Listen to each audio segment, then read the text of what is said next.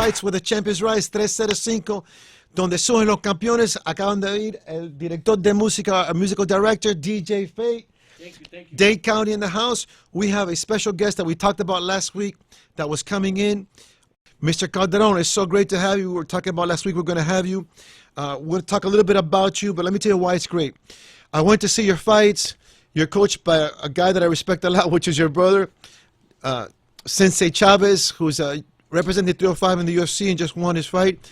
And you guys are representing the martial arts, combat sports, but you also conduct yourself in a way with respect and honor, and that's what we want. We want to show a good aspect, a positive aspect, the warrior aspect of the mixed martial arts. So thank you very much for coming in today. No, thank you very much for having me. Okay, so Chino, tell us a little bit about you. Tell us about where you come from, your family. All right. Originally, I was born in New York, but I was raised in Colombia. Both of my parents are Colombian. They're from Bogota. So I grew up there until the age of 16. Then I came to Miami, which my brothers were. So we came here to I came back here actually to meet up with them again. And since then I've been here. Awesome. Excellent. And it's important because I want people to know the human beings behind this. There's families, there's brothers and sisters, mothers and fathers. Tell us, anybody in your family practices martial arts and combat sports also? Well, my brother, which is my older brother, Danny, he was the first one starting martial arts. I kind of follow up into that, seeing him training. He used to come home back in the days I was really young. I was 17. He used to come all beat up sometimes, just tired, practice at home, stuff like that. And yes, I started to ask him about it, and then I started to see what it was about too. So he was the only one.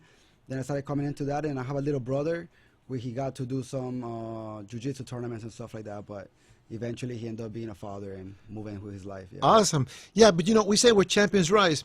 We can all rise as champions, not only as fighters, but as fathers, as brothers and sisters, you know, because we're all trying to become better. Like we say, life, health, success. You know, it's just a good topic. Es un buen tópico. ¿Quién te inspiró? ¿Qué te inspiró? What inspired you, or who inspired you to get into combat sports, to get into the martial arts? Ooh, okay. For me, I would say, well, Danny was definitely a big inspiration. When I first looked at martial arts, especially like MMA, I didn't know anything about it. In Colombia, in Bogota, we watch movies and stuff like that, but what it is, the actual martial arts, I never got to see it till, like I said, I started seeing him coming up, all beat up, and he was just trying to do like moves and stuff like that. And I asked him like what he was doing, and then he showed me. I remember he showed me my first fight I watched was Tito Ortiz, Shamrock. I think was my first fight. Wow, it was, yeah. It was the rematch. It was the second one, and I thought it was like a movie or something. I'm like, wow, this is really happening. Like this is like a real fight. I'm like, wow, this is crazy. And since then, I remember my other fight was GSP. Matt Hughes, and since that moment I was like, wow, I want to do this. Awesome, man. You got great examples, legends. All those guys I love, and they talk about GSP now. They wanted him to fight with Khabib. Matt Hughes, which my brother met and whatnot. He's a great guy. You talk about Shamrock, Ken and Frank Shamrock. You know, those guys, all those guys are talking about the leaders of what mixed martial arts became. Talking about mixed martial arts and combat sports, what is your record?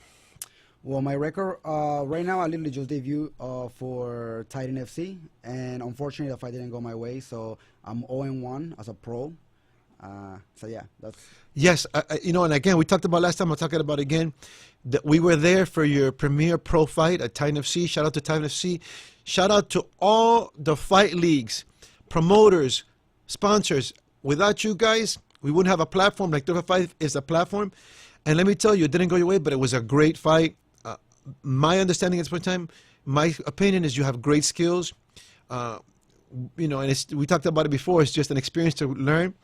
In fact, my saying today is, if you don't reach your goals, don't change your goal. Change your action steps.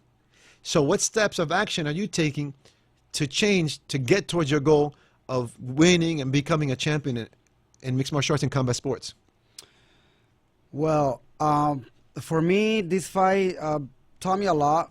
I had a couple of little things during the fight. I was out for a year due to the COVID and stuff like that. So for me, I would say I just need to get a little more comfortable in the fight. I feel like I didn't let go of my hands enough. I didn't play my wrestling enough.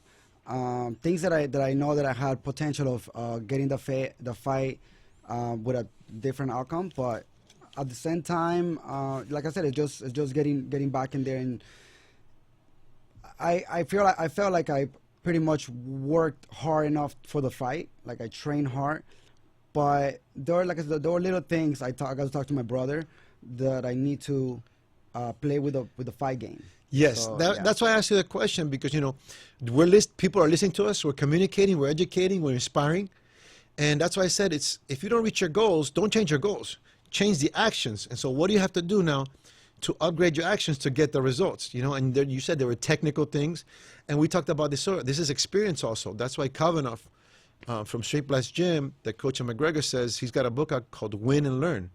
If you win, if you learn, there's no losses. And that's how you eventually win.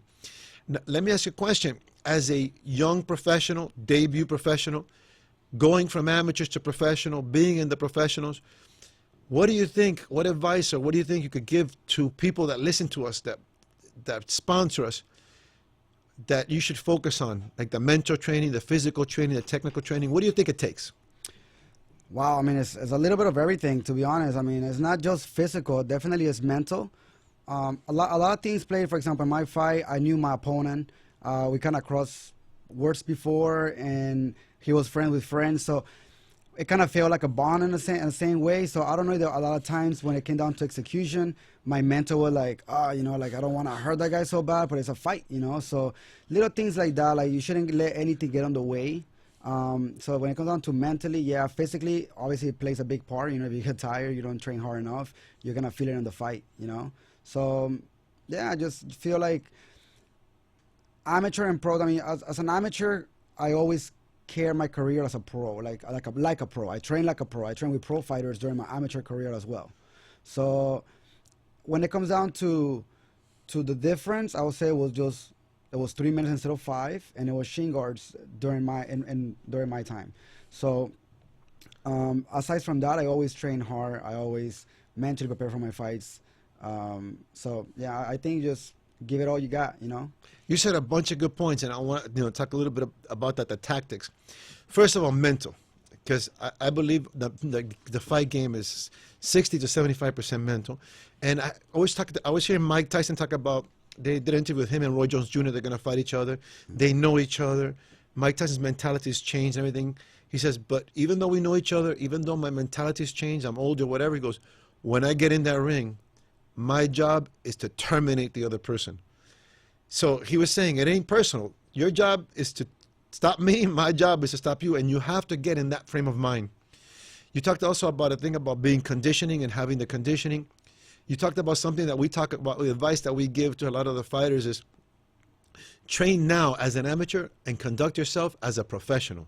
Absolutely. So you're practicing for what's going to happen. Absolutely, yeah. And the other one, the tactical considerations is, in the amateurs, let's say you have shin guards, you might not have shin guards. What I've seen, for example, sometimes people, when they transition, the amateurs now have ground and pound. They used to not have ground and pound. So when they go from the amateurs, or they would go, like, say, from a jiu-jitsu tournament into MMA, and all of a sudden there was ground and pound, they were like, wow, because they didn't do what I call a tactical consideration. There's certain things that you have to adjust. So I'm glad that we talked about that. You talked about the training. Let's talk another part about the training, the recovery, the nutrition. What do you think about that aspect? The recovery and the nutrition, I mean, it plays a big part. Going into my fight, I start eating cleaner. What I mean by that is I start eating a little more organic. I know it plays a big factor in my training. My recovery, I try to get as much recovery as I can while training. So I'm not just take days off, but I try to do my recovery as like doing ice bath. I get massage, all of these stuff that get my body to have take away inflammation. At the same time, while you're training, that inflammation, it becomes adaptation for your body. So it helps you out gaining the it's like a different how you call it it's like a power it carries on you just by having just being so tired. You get your body adapts to be like that. Correct. You actually need that as well. You cannot just feel tired and just not wanna train. You have to, but find the ways to recover your body. Great information, great advice. That we believe in that also. When I train the fighters, I believe in active recovery. Absolutely. Meaning you have hard days and you have easy days, but the easy days you're still training, and then you do something very important, supplemental training, like the massage, the ice bath. I see a lot of fighters, they go into a fight already hurt. You can't go into, my response, you can't go into a fight hurt. You should go into a fight at the maximum health and peak for your fight. Let me ask you, what team do you represent? Any shout outs to teams or coaches you want to do? So I represent MMA Masters here in Miami. So that's my main team here. I had other teams when I travel. They actually support my career as well. I was able to be sponsored in Thailand by Tiger Muay Thai. I was sponsored in Australia by Absolute MMA. So we have I have a couple of little gyms. They help me out while I was traveling. But right now I'm MMA Masters here. Excellent. I'm glad you mentioned them. Shout outs and respects and honor to all the schools in South Florida, all the coaches around the world. You mentioned, and that's the thing about Miami. Miami's international. We got Colombia, we got Cuba, we got Nicaragua, people all over the world. You mentioned a couple of elite places around the world.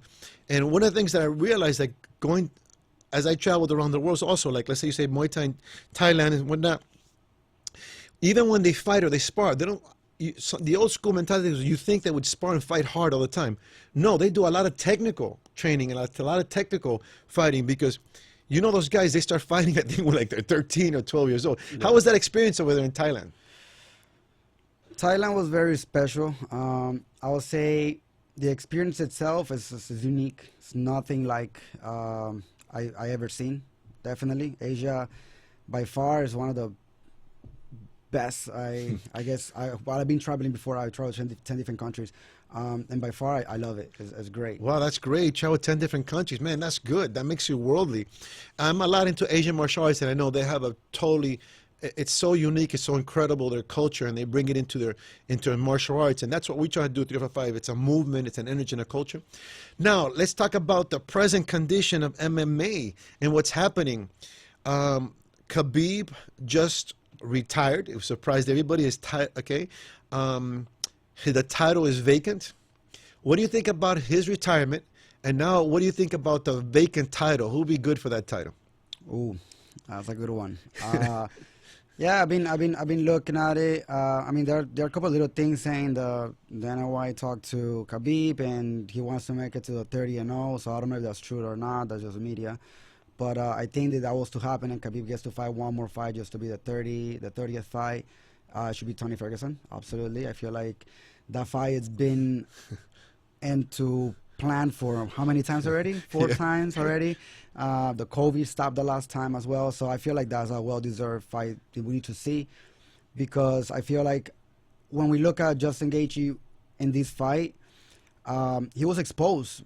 I really expect for him to be better in the ground. I know he had good, obviously he's a high wrestler, but once Khabib got to the point of ground, he didn't show any jiu-jitsu at all. Yeah, you know what? And we had talked with your brother, Sensei Chavez, about that he hasn't used his wrestling in the cage. So what's going to happen? And he was exposed to that, and he was exposed in the ground. Yeah. I believe it's going to take a lot for Khabib to come out of retirement, because the type of person he is. He promised to his mother that he wouldn't fight with his father, and he's pretty serious, a kind of serious person about his promise. I think one thing that I can say, obviously, because of their religion and how he is, that's one thing that I said. Once he retired, I do feel like he's gonna retire, because I feel like he's always been a man of his word. So for me, I feel like he's retired. See, you said something, a man of his word, and that's why we try to do in different fights is we try to bring out the martial arts, but also the virtues of martial arts, so we can lead with virtues and merits, like having your word as a man and whatnot. And I love that he represents the martial arts combat sports very well. I think the only fight is going to bring him back is him and George St. Pierre. That's another one. But I would like to see that fight at 55, not at 70. Yeah. Well, the thing is, George St. Pierre said it already. He's not going to fight him at 155. So they might do it maybe 165 or something like that. And I'll tell you why. Because Khabib respects George St. Pierre as a person, as a man. He knows he's represented the martial arts very well. So I think for them it both would be more like an honor fight. You know? Yeah, definitely. I definitely feel that obviously GSP hasn't been active as far as like being in the cage. I know he trains obviously probably every day, but I feel like he's first of all, he's not in his prime anymore.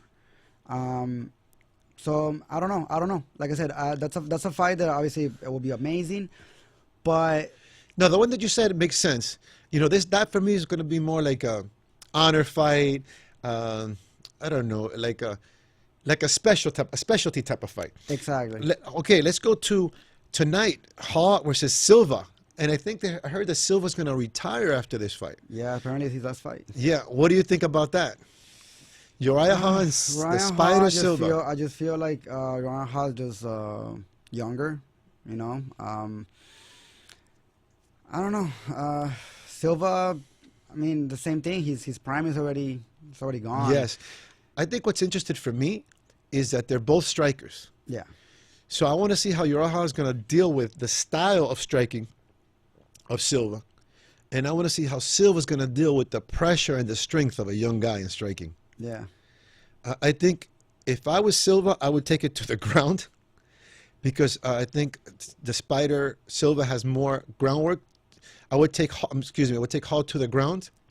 I wouldn't stand up striking with him. Striking, you need explosive speed. You need young men. Yeah, I don't think he will take him to the ground. I think he's gonna go toe to toe. To be honest, you know, he's gonna probably do the same thing he's been doing, just retire, kind of like the same way everybody knows him. Yeah, you know? I know you're probably right, but you know, for me, my understanding at this point in time, I think that for me, I wouldn't have that game plan with a younger guy because you need explosive speed, and younger people are more explosive. Older guy has timing.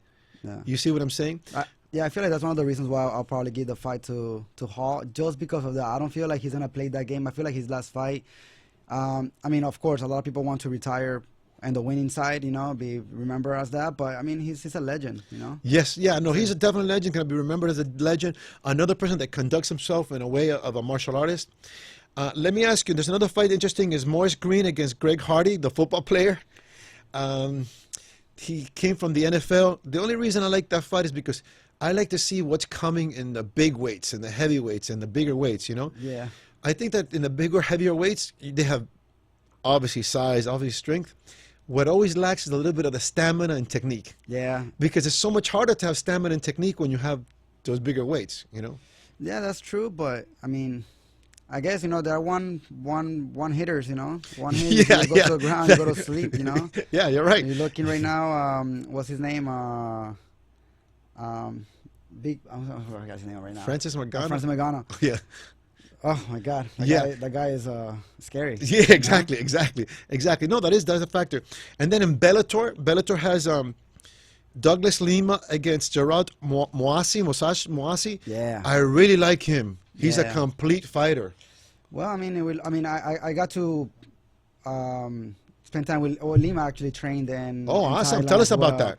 I was good. I mean, I never. I mean, he's way too big for me to train with him. I just got to see his training. He trained a tiger for a few of his camps as well. The guy is what you call, you know, like one of those guys who just trains to kill.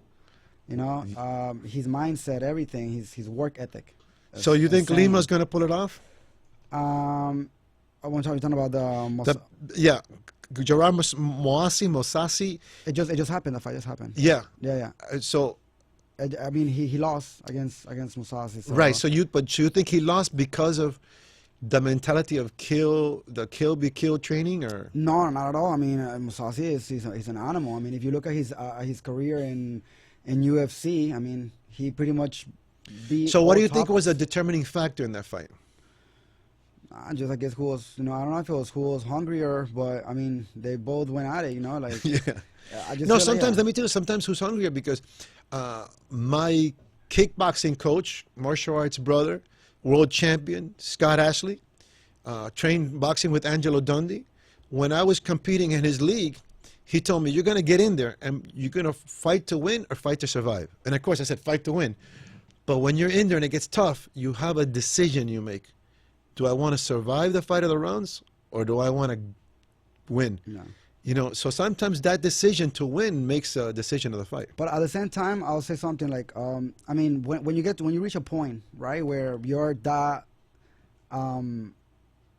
you've been in so many wars, especially these two guys. Skills has a lot to do. If you look at Diego Lima, he started going well on his main skill, which is kick. You know, that's how he chopped people down. And you look at Mousasi, he just went for the wrestling. Yeah. You know, You took him down, took a lot of the fight from it because he couldn't really stop the takedowns when he was put him on the side control, and now he can escape from there because he's so skilled in that area. You know? I love to hear that from you. That's why I love to have you here. And I told you, I believe you have a career because you're young, you have the physicality, but you're smart. And I think to be a fighter, you have to be very smart. And you said a lot of smart points. Because me personally, when I train the fighters, I don't like to train mutual destruction. You got to have strategy, tactics. You got to bring the skill into the game. Because sometimes you both have the same physical attributes. You know, you're both strong, you're both fast. So those are very, very good points. Let's go to boxing, because now you know Trepa Fights is covering boxing. We're covering all the combat sports. We got the Mike Tyson, Roy Jones Jr., November 28th. What do you think about that?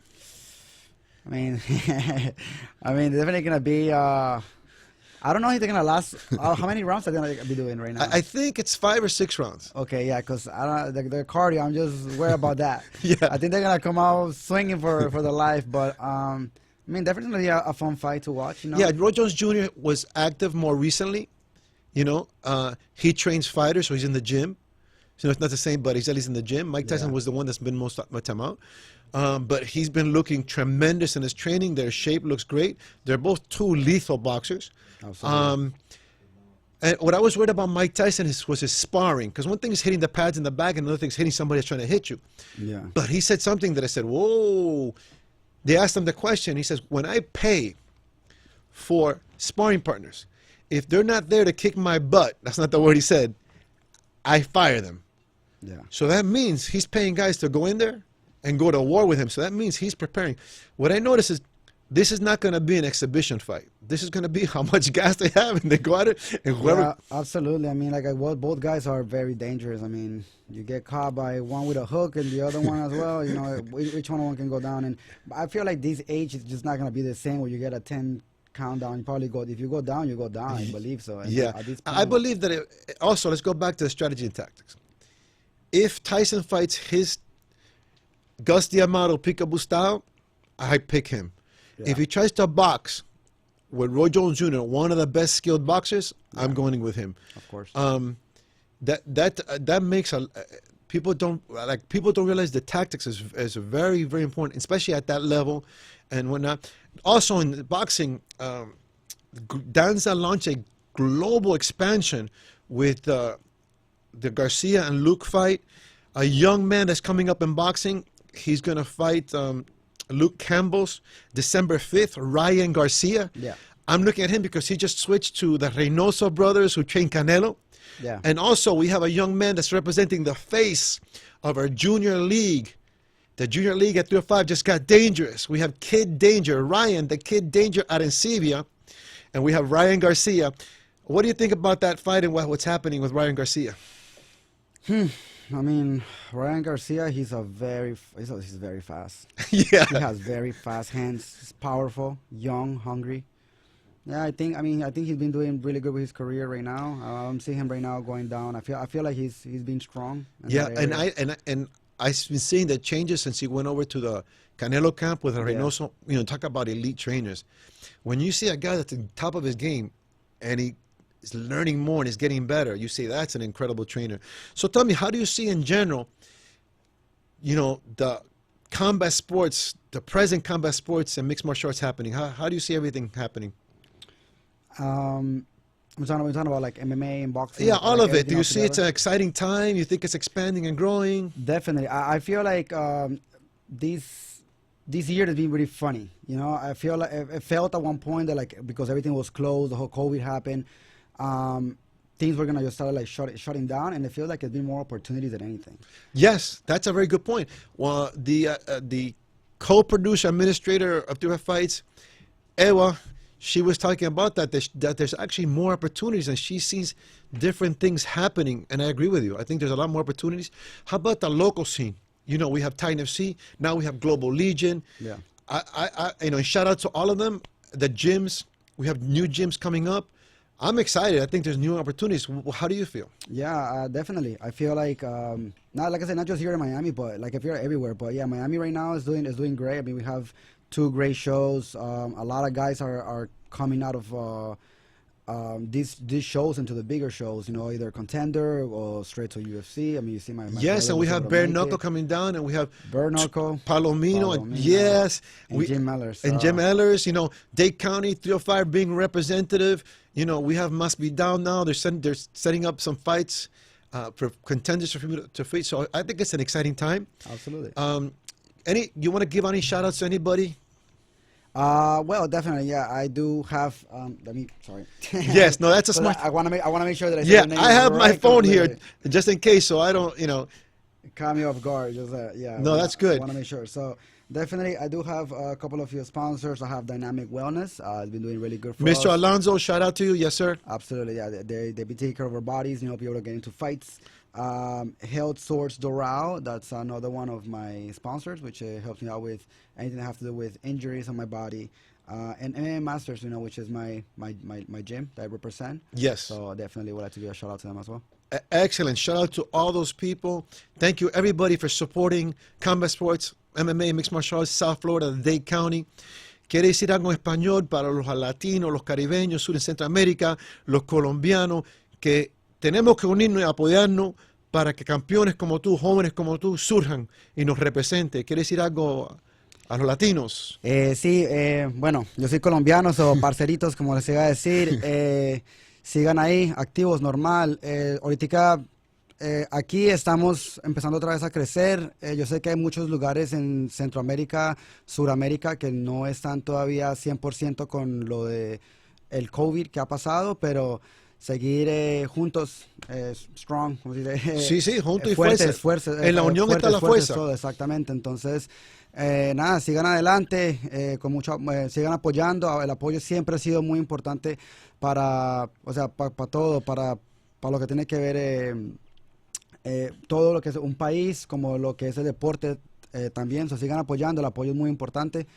Y nada, saludos a todos, todos en Centroamérica, Sudamérica. Tengo bastante familia en todo lado. Entonces, sí, todo el mundo, eso es perfecto. Muchas gracias, lo dijiste perfecto. Ahora vamos a estar, Titan FC va a estar en Santo Domingo, Puerto Rico de UFC está yendo, México, estamos creciendo. Vamos a cerrar el show ahora para después traer Angel Baby, The Artist, que está en la casa, con DJ Fate, 305 Fights with the Champions Rise 305, donde suben los campeones. Thank you, Chino. Muchas gracias. Life, health, respect. DJ, dale duro.